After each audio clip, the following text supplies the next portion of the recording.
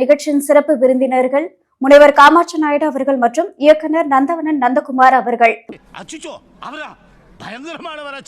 தமிழக வெற்றி கழகத்துக்கும் உங்களுக்கும் என்ன சம்பந்தம்? அது ஒண்ணு இல்ல. இது ஒரு நல்ல கேள்வி.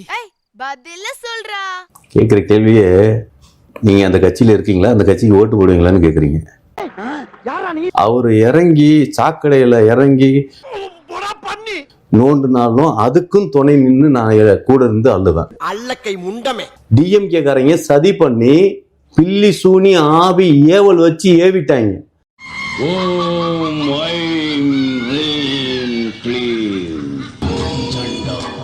சார் சிரிக்கிறது கிடையாது சார், சீரியஸா.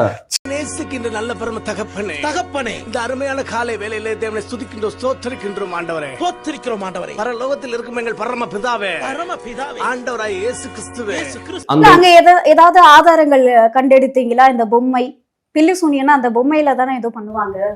கேட்டாலே ஒரு கேள்வி நெஞ்ச கிள்ளி விட்ட படுபாவே. அதுதான் இப்ப ராக்காயபாளையத்தோட ஜோசியர் வந்து வெத்தலையில போட்டு பார்த்து சொல்லிட்டாரு. யாரா இவனுங்க, எங்கிருந்தா வந்துக்கிறானுங்க சார்? அவரே வந்து வாக்குமூலம் கொடுத்திருக்காரு, வளைஞ்சு வளைஞ்சு ரோடு இருந்தது அப்படின்னு. ஐயோ, ஒரு பைத்தியக்கார பைலட் இந்த நாடு மக்களும் மாட்டிட்டு படுற பாடு. முன்னாடியே லேட் ஆகும், யாரும் வர வேண்டாம்னு சொல்லிருக்கலாம். நீங்க விஐபி மீட்டிங் எல்லாம் அட்டன் பண்ணிருக்கீங்களா?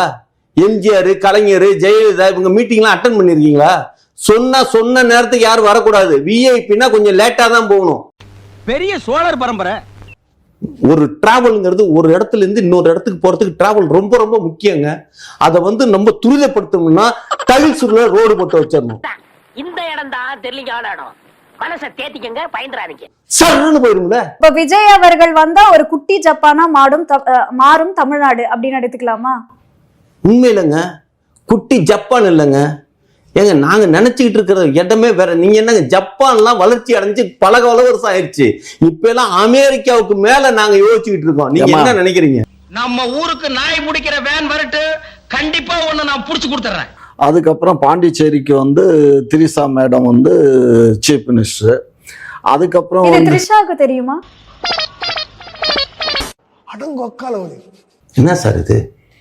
நீங்க உங்களை கேட்குறாங்க, நீங்க பதில் சொல்லுங்க.